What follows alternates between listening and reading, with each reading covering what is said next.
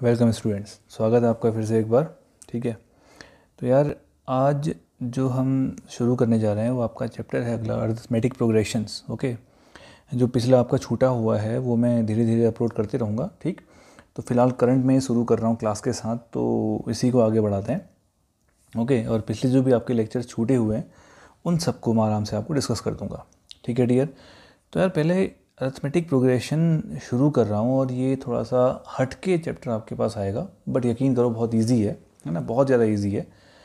थोड़ा सा प्रैक्टिस करने से आप इसके उस्ताद हो जाएंगे। ठीक है, देखो अरिथमेटिक प्रोग्रेशन समझने से पहले यहाँ पे मैं कुछ आपके पास पैटर्न रख रहा हूँ और उन सारे पैटर्न्स को हम ऑब्ज़र्व करेंगे, उसके बाद जाके मैं एपी के कॉन्सेप्ट पे आऊँगा। ओके, देखो मैं कुछ नंबर्स यहाँ पे लिख रहा हूँ 1 2 3 4 5 6 एंड सो ऑन, मान लिया 100 तक। ठीक है, और मैं एक और सीक्वेंस यहाँ पर लिख रहा हूँ, एक पैटर्न और लिख रहा हूँ 2 4, ठीक है, 6 8 10 12 एंड सो ऑन, चलते रहा। ठीक है, अच्छा चलो एक और लिख लेते हैं छोटा सा। ये मैंने लिखा आपका 5, ओके 15, ठीक है, 25, फिर 35 एंड सो ऑन, चलते रहा आपका। देखो अब ये मैंने एक सीक्वेंस की लिखी है और इस सीक्वेंस में एक बड़ी गजब सी ऑब्जर्वेशन हो रही है डियर। क्या ऑब्जर्वेशन हो रही है? देखो ऑब्जर्वेशन ये हो रही है भाई कि जो आपको इसमें नंबर्स दिख रहे हैं और जो उसमें आपको पैटर्न दिख रहा है, उन सारे नंबर्स में हर अगला नंबर पिछले वाले में कुछ ना कुछ प्लस करके मिल रहा है। देखो एक फिक्स क्वांटिटी अगर मैं इसमें ऐड कर रहा हूँ, +1 ऐड किया तो 2 मिला, +1 ऐड किया तो 3 मिला, +1 ऐड किया तो आपको 4 मिला, +1 ऐड किया तो आपको 5 मिला, +1 ऐड किया आपको 6 मिला। ऐसे चलते रहा। इसके ठीक पहले कितना होता होगा 99, उसमें आपने +1 ऐड किया, कितना मिला आपको 100 मिला। ठीक है, अच्छा अगर मैं इस वाले पैटर्न की बात करूं तो इसमें क्या दिख रहा है, हर अगला नंबर पिछले वाले में +2 करने से मिल रहा है। +2 किया आपको ये मिला, +2 किया आपको ये मिला, +2 किया आपको ये मिला, +2 किया आपको अगला 10 मिला, है ना, +2 किया आपको अगला इसमें 12 मिला, और चलती रही कहानी। मतलब एक फ़िक्स क्वांटिटी ऐड करने पर आपको अगले नंबर्स मिलते रह रहे हैं। ठीक है, ये नहीं कि हमने एक बार 2 ऐड किया, एक बार 4 ऐड किया, एक बार 6 ऐड कर रहे हैं, ऐसा कुछ नहीं है। ठीक है, अच्छा अगर मैं इस वाले को देखूं तो सेम चीज़ ऑब्जर्व हुई कि यहाँ पे हमने +10 किया तो 15 मिला, +10 किया तो आपको यहाँ 25 मिला, है ना, +10 किया तो आपको यहाँ 35 मिला। ओके, और ये कहानी आपकी आगे चलती रही। तो है क्या बेसिकली ये है कि जो सीक्वेंस आपको दिखाई पड़ रही है वो सीक्वेंस के लिए हर अगले नंबर में हर अगले नंबर को आप कैसे ऑब्टेन कर रहे हैं, प्रीसीडिंग नंबर में +1 करके या +2 करके या +10 करके या कोई फिक्स नंबर ऐड करके आप ऑब्टेन कर रहे हैं। ठीक है, तो इस तरह की आपके पास जो भी सीक्वेंस दिखेगी उसको हम बोलते हैं एक अरिथमेटिक प्रोग्रेशन। क्या बोलते हैं उसको? एक अरिथमेटिक प्रोग्रेशन। इसका नाम हो गया आपका अरिथमेटिक प्रोग्रेशन। ठीक है, शॉर्टकट में इसको हम एपी से प्रेजेंट करते हैं, एपी बोलते हैं इसको। ठीक है, ये आपके पास एक अरिथमेटिक प्रोग्रेशन है। तो है क्या? अगर मैं इसकी डेफिनेशन की बात करूं दोस्त, तो डेफिनेशन ये है एन ए पी, ठीक है, N A P is a sequence, NAP is a sequence in which, ठीक है, in which each number or term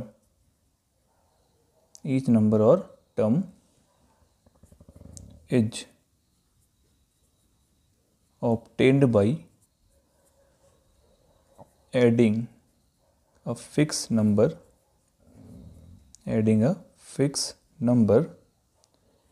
to the preceding term,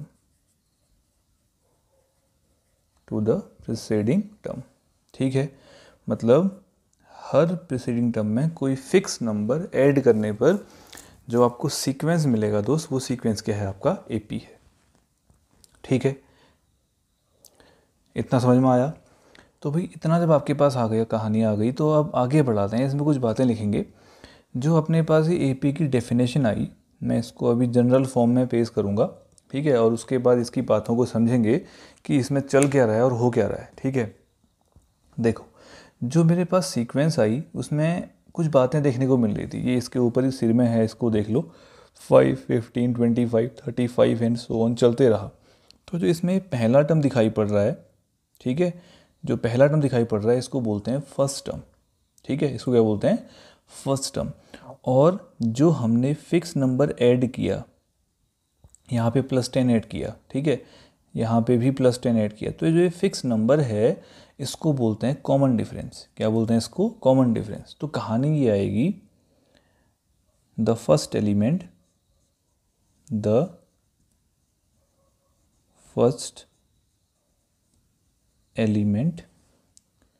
of the sequence is called, इसको बोलते हैं dear first term, यानी कि term. ठीक है, that is, इसको प्रेजेंट करते हैं ए से। ठीक है, ए आपका फर्स्ट टर्म है। Okay, and the fix number added, जो भी आपने फिक्स नंबर ऐड किया, is called the common difference. क्या नाम दिया इसको, कॉमन डिफरेंस। इसका नाम क्या हो गया, आपका कॉमन डिफरेंस हो गया। ठीक है, इसको दिखाते हैं किससे, आपका डी से, स्मॉल डी। तो एपी के लिए जो कहानी मुझे मिली वो मिली क्या, कि जो सीक्वेंस का फर्स्ट टर्म है उसको ए से रिप्रेजेंट करते हैं, और जो फिक्स नंबर आपने ऐड किया उसको क्या बोलते हैं, कॉमन डिफरेंस बोलते हैं, और वो कॉमन डिफरेंस दिखाते किससे हैं, डी से हैं। ठीक है, तो ये तो समझ में आ गया कि यार फर्स्ट टर्म ए है और एपी कैसे मिलती है। एपी में जो भी आपके नंबर्स होते हैं वो किसी फिक्स नंबर को ऐड करने से मिलते रहते हैं। तो भैया एक बात बताओ मुझे, अगर मैं जनरल फॉर्म ऑफ एपी लिखना चाहूँ, क्या लिखूँ dear, general form of an AP, general form of an AP, अगर मैं एपी का जनरल फॉर्म लिखूं तो उसके लिए आपको समझ में आ गया कि फर्स्ट टर्म कितना है, ए है। ठीक है, ए आपका फर्स्ट टर्म हो गया। अगला कैसे मिलेगा कहा था, एक फिक्स नंबर ऐड करके मिलता है। बताओ फिक्स नंबर क्या है हमारे पास, यहाँ डी है, तो अगला कैसे मिलेगा, पिछले वाले में आप डी ऐड कर दोगे। ठीक है, फिर अगला कैसे मिलेगा, फिर से पिछले वाले में डी ऐड कर दोगे, कितने डी हो गए, 2D हो गए। ठीक है, अच्छा ऐसे ही अगला कैसे मिलेगा, a + 3D से मिलेगा। ऐसे ही अगला कैसे मिलेगा, a + 4D चलेगा। ओके, और ये कहानी आपकी आगे चलती रहेगी, और इस तरह से आपको general form of an AP दिखाई दिया। ठीक है, a + d, a + 2D, a + 3D and so on, a+ चलते रहेगा आगे को। ठीक है, ये तो इसका बेसिक कॉन्सेप्ट हुआ। ओके, अब इसी में कुछ छोटे मोटे फॉर्मूले हैं, उन फॉर्मूलों को डिस्कस करते हैं, उसके बाद जाके इसकी बाकी कहानी आगे बढ़ाएंगे। ठीक है, इसका जनरल टर्म लिखेंगे जिसको हम बेसिकली एन टर्म बोलते हैं, उसकी हम बात करने वाले हैं। ठीक है डियर, चलो इसके जनरल टर्म पे आते हैं और वो क्या होता है उसको समझते हैं। ठीक है, जनरल टर्म उसको बेसिकली एन टर्म भी कहते हैं, है okay, n term, number of terms हुआ आपका वो। ठीक, देखो कहानी ये है कि मैं जब जनरल फॉर्म ऑफ एपी का लिख रहा था तो वो ये थी, पहले हेडिंग डाल लेते हैं, अपने पास क्या आने वाला है अब,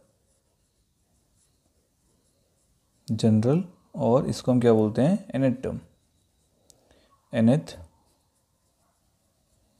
term of an AP, AP का जनरल या फिर आपका एनथ टर्म।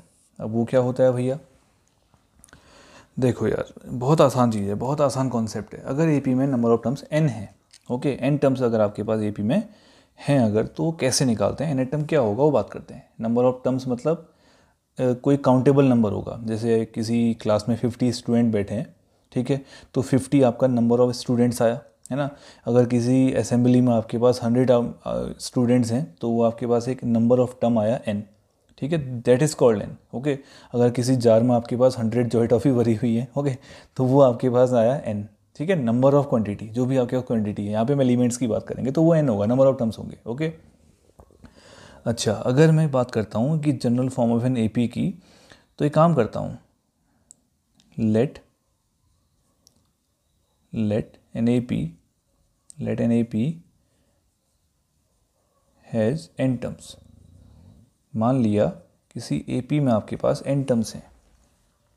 ओके, तो भाई n टर्म्स अगर हैं तो उसको फाइंड कैसे करें, क्या आपका nth टर्म होगा, उसकी बात करते हैं। गौर से सुनना, देखो, अगर मैं जनरल फॉर्म लिख रहा हूँ AP का, तो ये A लिखा, ठीक है, थोड़ा दूर दूर लिख रहा हूँ, यहाँ पे A+D लिखूँगा, ठीक है, यहाँ पर A+2D लिखूँगा, यहाँ पर A+3D लिखूँगा, है ना, यहाँ पर A+4D लिखूँगा, और चलते रहा यहाँ पर मैं nth टर्म लिखने वाला हूँ, ठीक है। अब ध्यान से इसको एक पैटर्न के मुताबिक समझते हैं कि यार इसमें है क्या और चला क्या, ठीक है। देखो, गौर से देखना, गौर से, इसमें हुआ क्या और चल क्या रहा है वो बात समझते हैं। यार देखो, कहानी अब क्या है कि ये जो आपका है ये पहला टर्म है, ठीक है, फर्स्ट टर्म है। ओके, इसको अगर मैं A+0D बोलूँ तो कोई इसमें दो राय नहीं होगा, एक ही बात तो है भैया, A कहो या A+0D कहो, ठीक है। देखो, अगर फर्स्ट टर्म है तो यहाँ D के साथ 0 है। ध्यान से एक पैटर्न ऑब्जर्व करना। ओके, ये आपके पास सेकेंड टर्म आया, ठीक है, और सेकेंड टर्म अगर आपके पास आया तो इसमें D के साथ 1 है, ठीक है। देखो, यहाँ 1 था तो यहाँ 0 था, यहाँ 2 था तो यहाँ 1 आया। देखो, ये आपके पास आया, आपके पास थर्ड टर्म हो ना, थर्ड टर्म जैसे ही आया D के साथ कितना लाया, 2 लाया। ओके, ऐसे ही अगर आपके पास ये फोर्थ टर्म की बात करी जाए तो D के साथ कितना लाया, 3 लाया। ओके, और ऐसे ही अगर आप फिफ्थ टर्म की बात कर रहे हो तो ये D के साथ क्या लेके आ रहा है, 4 लेके आ रहा है, ठीक है। मतलब जो भी यहाँ पर आ रहा है उससे एक कम D लेकर आ रहा है, ठीक है। बात की नज़ाकत को समझना, आराम से समझना।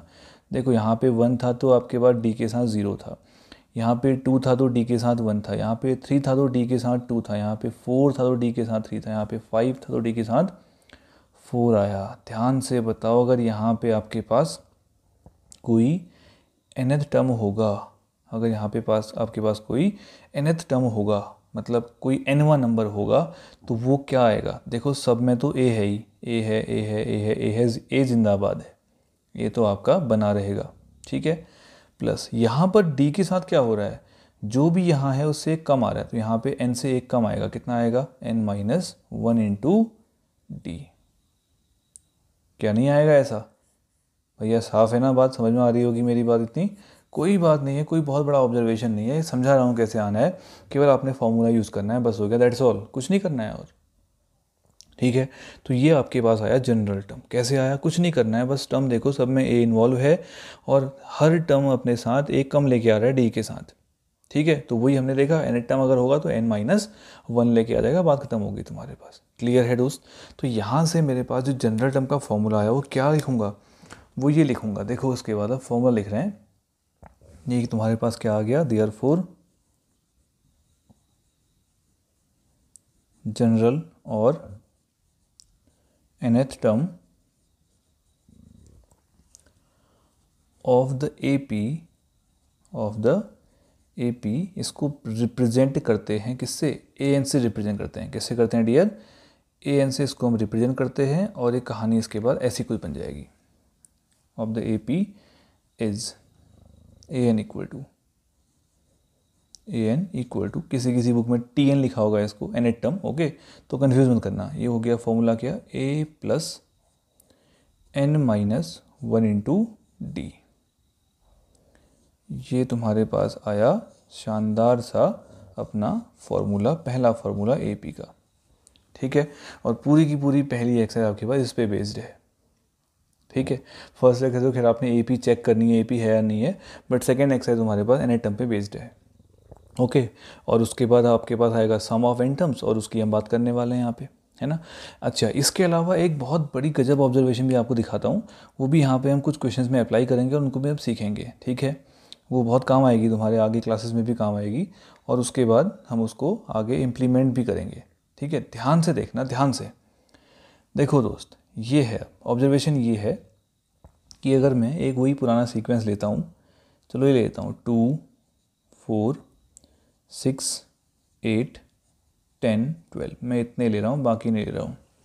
एक ऑब्जर्वेशन दिखा रहा हूँ तुम्हें, अगर आप इसके कोई भी 3 कंजिक्यूटिव टर्म्स ले लेते हो ना, क्या लेते हो डियर, कोई भी 3 कंजिक्यूटिव टर्म्स ले लेते हो, तो उसमें एक बड़ी गजब बात देखने को तुम्हें मिलने वाली है। देखो, ये मैं 3 टर्म्स ले रहा हूँ 2 4 6, इसमें कुछ दिखाई दिया, क्या दिखाई पड़ रहा है, जो ये बीच वाला नंबर है ना भैया, वो 2 का अर्थमेटिक मीन है, देख लो 6 + 2 8, 8 का आधा 4।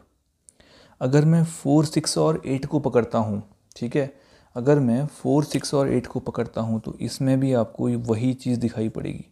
ये मैंने 3 टर्म्स ये वाले लिए, देखो 4 + 8 12 का आधा 6, मतलब इन दोनों का सम करने पर, हाफ करने पर, यानी कि इनका अर्थमेटिक मीन जो है वो बीच वाला नंबर है। अगर मैं ऐसे ही 6 8 और 10 लूँ, 10 + 6 16 का हाफ 8, मतलब बीच वाला इन दोनों का अर्थमेटिक मीन है। ऐसे ही 12 + 8 कितना, 20 का हाफ आपका 10, ये आपका अर्थमेटिक मीन आया। यानी कि एक कंडीशन समझ में आई कि यहाँ पर एक शानदार सी लाइन लिख रहा हूँ, थोड़ा सा इसको मैं ऐसे लिख रहा हूँ अच्छी तरह से, if A, B, C are in AP, अगर ये A, B, C आपके AP में है, ठीक है, अगर ये AP में होंगे देन तो पक्का इनके साथ ये कंडीशन लागू होगी। क्या कंडीशन, कि जो बीच वाला है वो बाकी दोनों का अर्थमेटिक मीन होगा, यानी कि A + C/2 होगा। यानी कि मैं इसको लिख सकता हूँ, यहाँ से इसको हम यहाँ लिखते हैं, क्या लिख सकता हूँ इसको मैं, क्रॉस मल्टीप्लाई करने के बाद 2B = A + C। ये आई मेरे पास AP के लिए शानदार सी कंडीशन, बहुत इंपॉर्टेंट कंडीशन है आपके पास। आगे इसका इस्तेमाल करेंगे हम, NCERT एग्जाम्पलर जब बनाएंगे तो वहाँ पे इसको सॉल्व करेंगे, ठीक है। तो ये कहानी हो गई आपके पास इसकी, किसकी, AP के जनरल टर्म की, ठीक है। तो ओके, इस लेक्चर में हमने केवल इंट्रोडक्शन सीखा और AP क्या होती है वो सीखा और उसका जनरल टर्म सीखा, ठीक है। इसके बाद अगले लेक्चर में हम लोग इसके क्या करने वाले हैं, क्वेश्चंस करने वाले हैं, ठीक है, कि कोई AP कैसे है कैसे नहीं है चेक करना और ये देखना उसको कि क्या उसमें हम इम्प्लीमेंट करने वाले हैं, वो सारा का सारा काम हम अपने अगले लेक्चर में करेंगे। फिलहाल के लिए इतना ही इसमें, उसके बाद अगले लेक्चर के लिए हम आपसे जल्दी ही मिलते हैं। बाय।